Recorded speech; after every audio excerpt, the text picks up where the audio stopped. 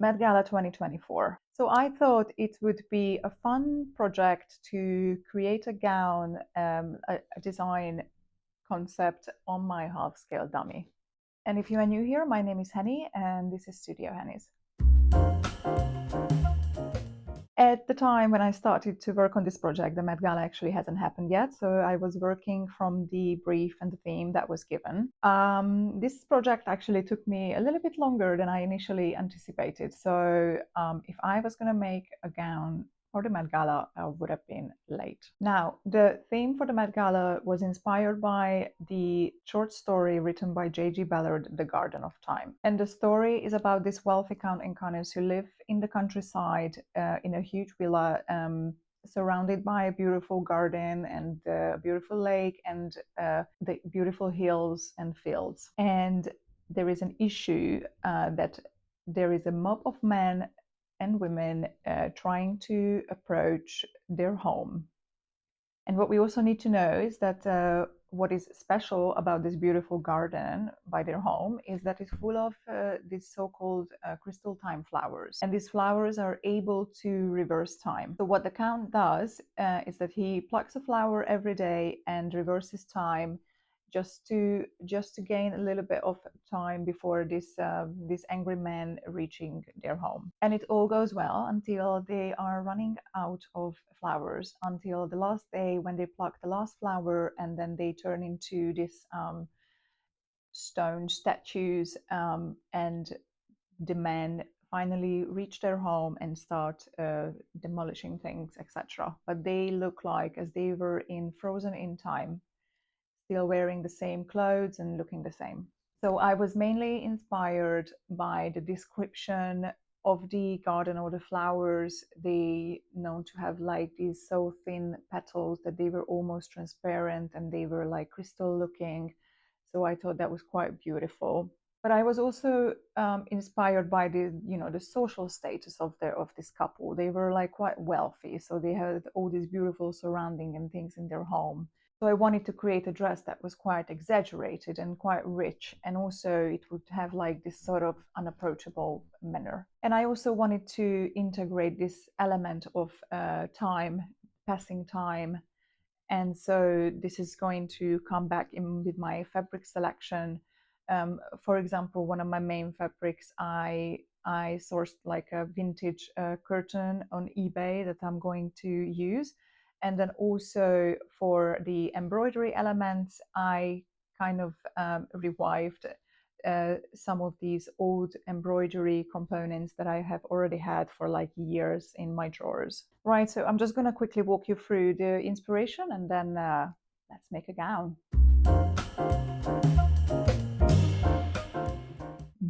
Right, so this is my main inspiration board for the project.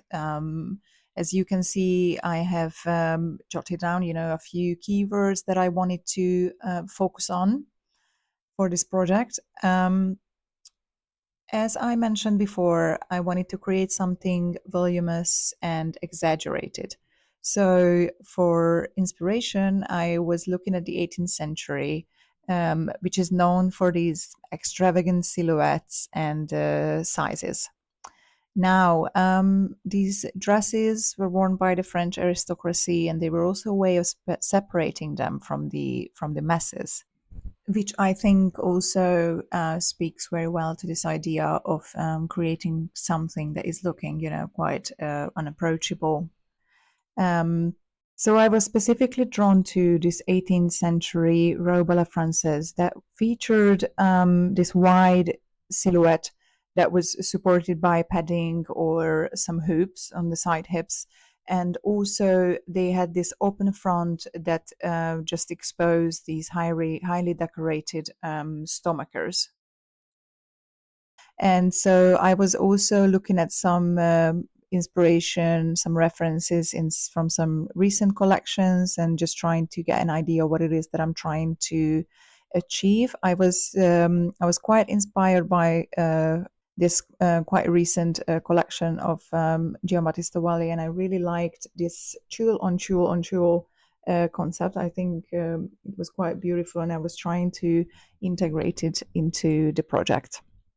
Right, and the stomacher that was on these dresses that I mentioned in the 18th century also inspired me because I was thinking maybe it would be nice. It would be a nice idea to have like some sort of like an ornament on the body, um, perhaps some floral ornament that would just sit on the body, but because I wanted to carry on with this jewel concept, I really like this idea of like this floating, a little bit of floating around the body, and try to create some floral petals out of that.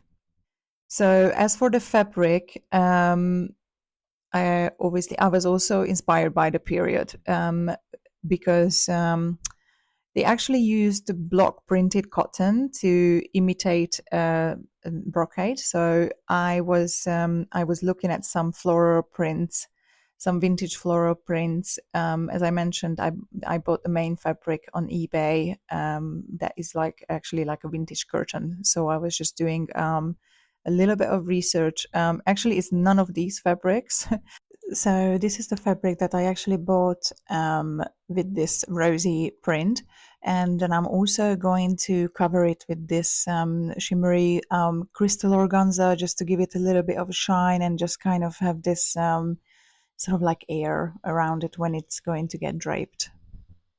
And also I decided to fray the edges of the fabric and also just have like a little bit of top stitching with the metallic thread, also just to bring the idea of this like old and worn out feeling and to have this crystal come back here.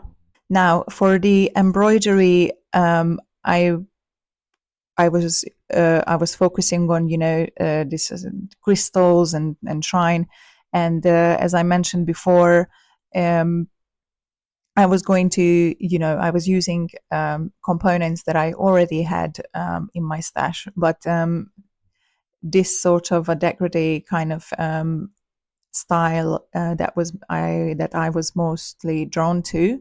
But I also liked the idea of like incorporating some fabric into the embroidery.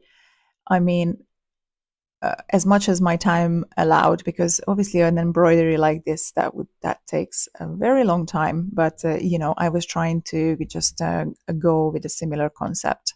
And then obviously also I looked at the actual construction of a pannier or how this should be done.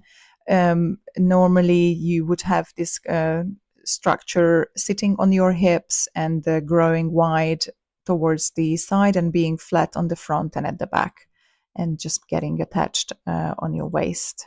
Furthermore, I was also interested in some layering. As I said before, I just really liked the idea of this jewel, um, but I was also really drawn onto this style from Erdem, where he would have this floral fabric layered over the jewel. So this is my initial sketch for the design, and I mean it's really just an indication of where I wanted things to go, but it's really vague. I mean, I wanted to work on the dummy as I normally do, and don't get hung up on the big flower on the middle of the torso. um, it's all gonna it's all gonna make sense. Right. I think we should just start making this gown now.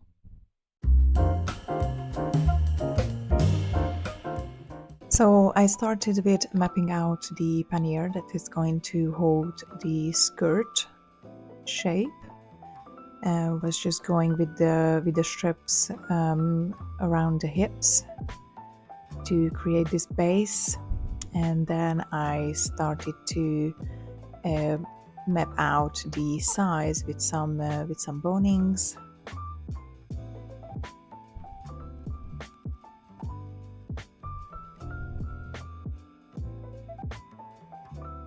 As you can see, I'm just roughly pinning it to the dummy, and again just adding a few more strips of fabric and just to get an idea of the size of this structure. And then I'm just marking some positions.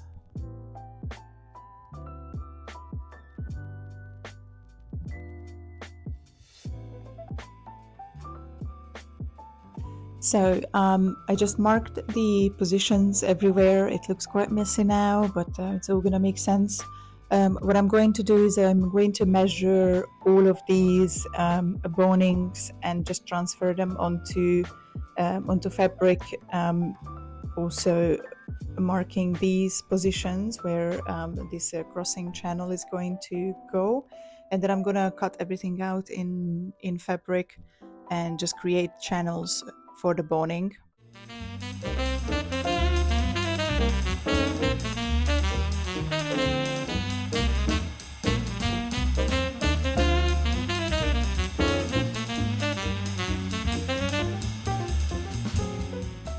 We got this far now. The finishing is not the nicest, but it's pretty solid. It really holds the weight, so it's quite good. I have boning running in these channels here, and I have boning also running up to this point, and here as well, because I wanted to have this quite flat, this top part, and if I had the boning going all the way up, it would create a curve, and I don't really want this. What I'm going to do now, I'm going to create an extra fabric layer in this shape, and then I'm going to start draping the skirt part. I just need an extra layer of fabric so it's actually smooth.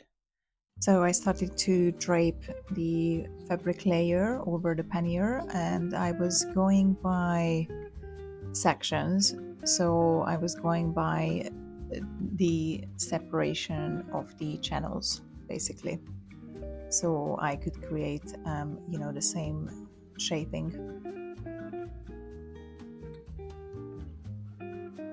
As you can see, I just mapped it out in calico, and I'm just creating some darts on the top. Well, they are going to be seams because all going to be paneled.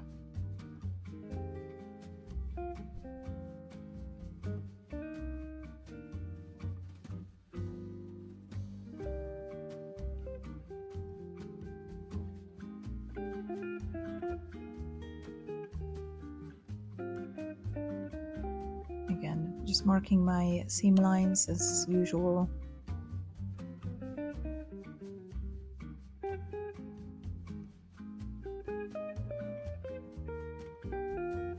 And then I just started to cut it out from a little bit a stiffer tulle, and I just assembled it quickly and just attaching it to this pannier.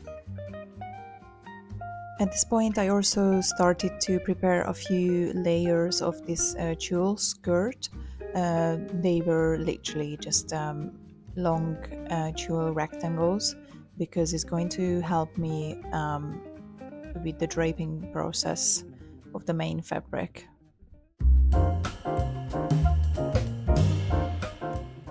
So now I'm just preparing to drape this skirt part. I already have obviously the pannier that I showed you before, and then I also put down a couple of layers of tulle, because I want to have this tulle running under. I'm going to have more layers than this, but I just needed like an indication, like a visual indication of how this is actually going to look. And I also already have like an idea how I want to approach the drape on the skirt. So I already prepared some gathers in this section of the fabric, and I did this by hand because I wanted to have a bit bigger pleats, and then what the machine would be able to do. So I have like a little bit of like fullness here, a bit more fuller pleats here. And also the position of the gather, it was dependent on how long I want this to be. So I'm going to position the gathered area here, and I need to have the length of the skirt here straight. So I'm just going to move and drape the skirt now. Right, so I just started with like securing this gathered area onto the waist, onto the side of the waist, and then I started to create some folds, quite bigger folds that would sit on the pannier. I just had this idea to, just have this heavy like fabric just gently laid over these side hips extensions, the panniers.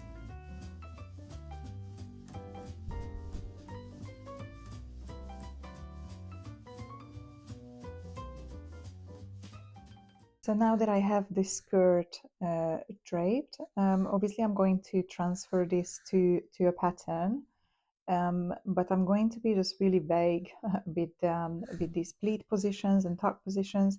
As you can see, my pins here. So these are going to be the tuck positions for the pleats, but which I'm going to mark. But I'm going to be not too specific because the final fabric might fall a little bit different, so or might look a little bit different. So I'm just going to have them as an indication.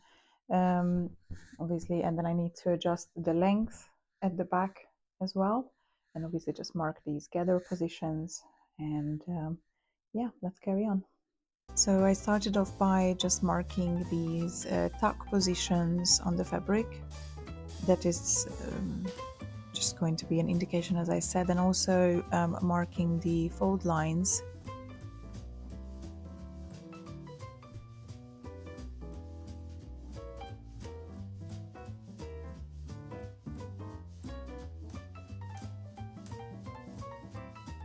And they're just like a tuck positions once it's folded. So that's what you can see here.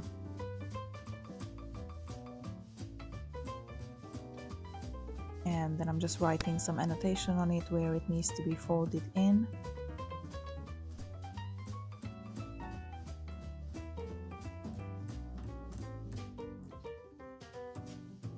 And then also I'm opening that gathered bit, and I'm just marking the points where it needs to be gathered to. Guys, I just wanted to take a moment to thank you for watching, and if you got this far, then don't forget to subscribe to my channel, and also like, comment, or share. Also, I would love to know which Met Gala looks were your favorites. Drop it in the comments. I'm also gonna drop my favorites in the comments, and I'm just gonna pin it. Okay, you can get back to it now.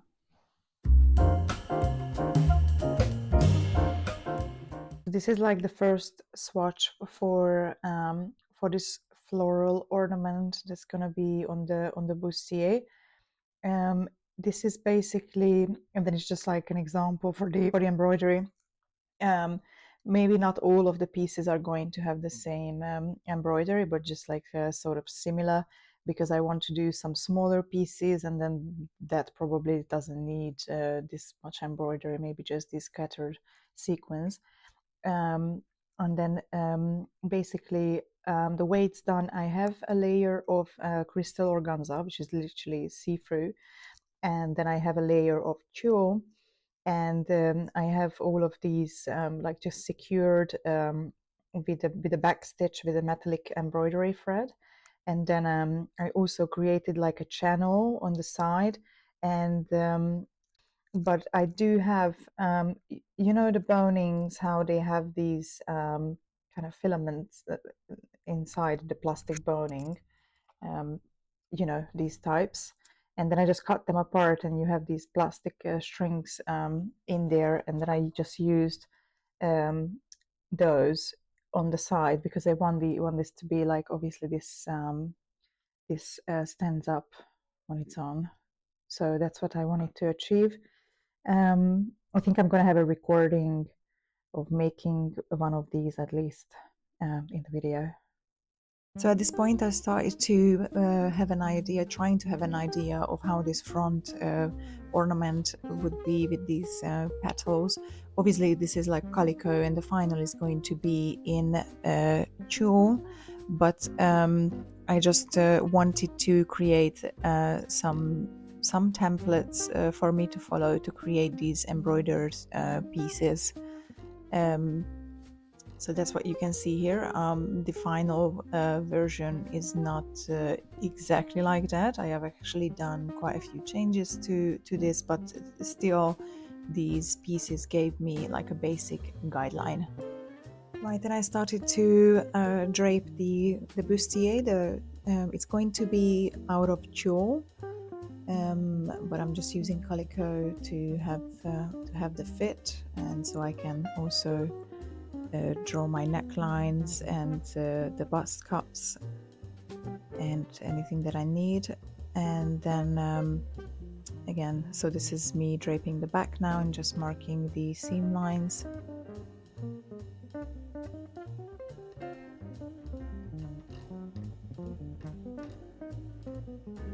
And then I was just transferring them to the pattern paper.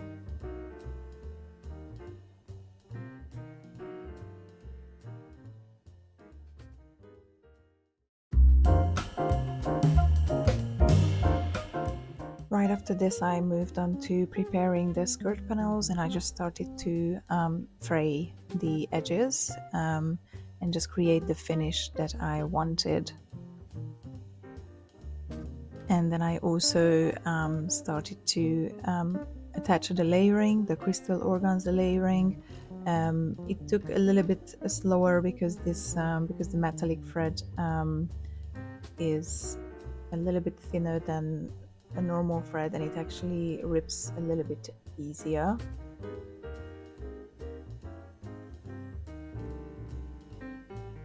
At this point, we were getting down to business. I needed to see how many layers of tulle I am going to need to have the desired effect, and I resorted to 3 layers of soft tulle and 1 layer of stiff tulle, just to give it a little bit of an extra puff, to have the illusion of having more tulle than I actually had. And then obviously I started to prepare these tulle panels, and I just started to gather them.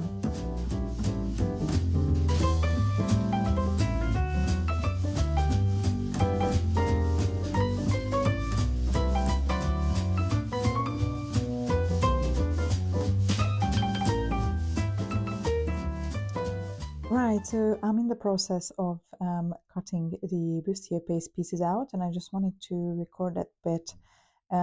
So I'm gonna have 3 layers of this tulle, and I'm going to cut it with the paper underneath, because I'm gonna need the paper later when I'm stitching it, because first I'm gonna have to do like a stay stitch around these pieces to hold those 3 pieces together.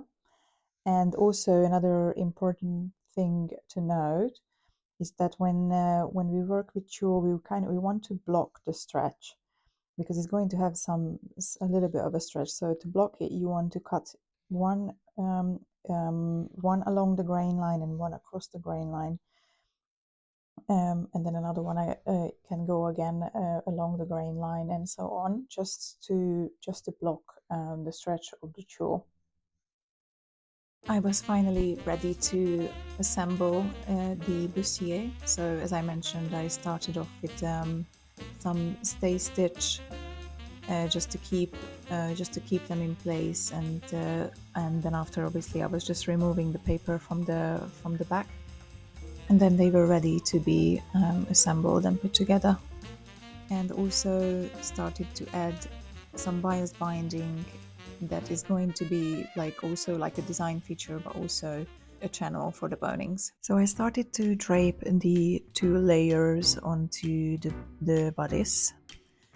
I wanted to keep it super light. It's not going to be inserted anywhere into the seams. It's just going to be lightly tucked on, so they can sort of like fly around the bustier.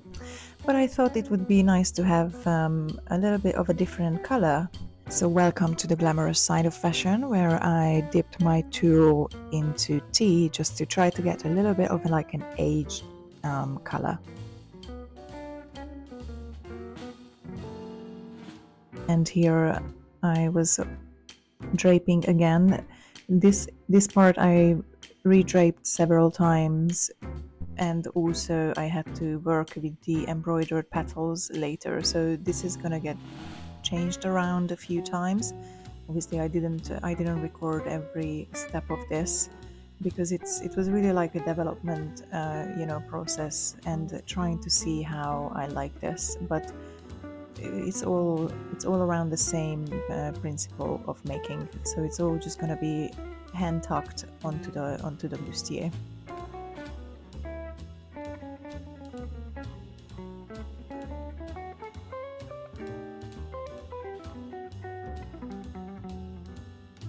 So here you can see I'm just trying to play around with these floral petals and how I would like them to be. In the end, actually, I removed that boning structure because I didn't like the way that it was actually sticking out. I just wanted to keep it soft. And just like the tulle, this is also just going to get hand tucked. This is nowhere near the finished look. I'm still gonna have many changes around this flower front. At this point I was trying to put things together so I can work on everything at the same time, because I just wanted to see the whole look come together.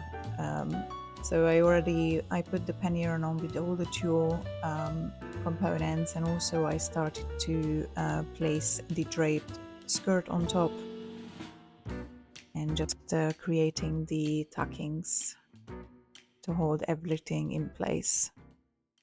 So I needed to create a couple of more of these floral petals, so I'm going to show you how it's done, and I apologize for my hair because it seems to be always in the frame, sorry. Anyway, so I used one layer of crystal organza, and then I marked my template that I initially created in calico. I marked it with some thread with basting stitches, and then I started to add some tulle on top and create a few folds on top of it. And then I started to stitch around with some back stitches, holding all the layers together with the metallic thread. So now I have two layers of fabric there. And after that I started to apply the embroidery, some few beads and some cup chain links and some sequins.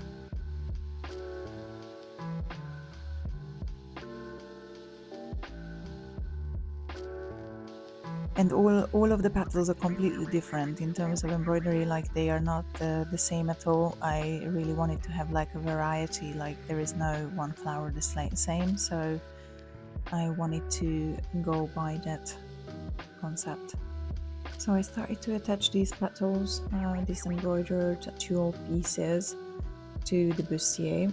Ideally it would have been nicer if I attached them with one single tack, and so it would not show on the inside, but I was a little bit short on time, so I was just stitching them at one go.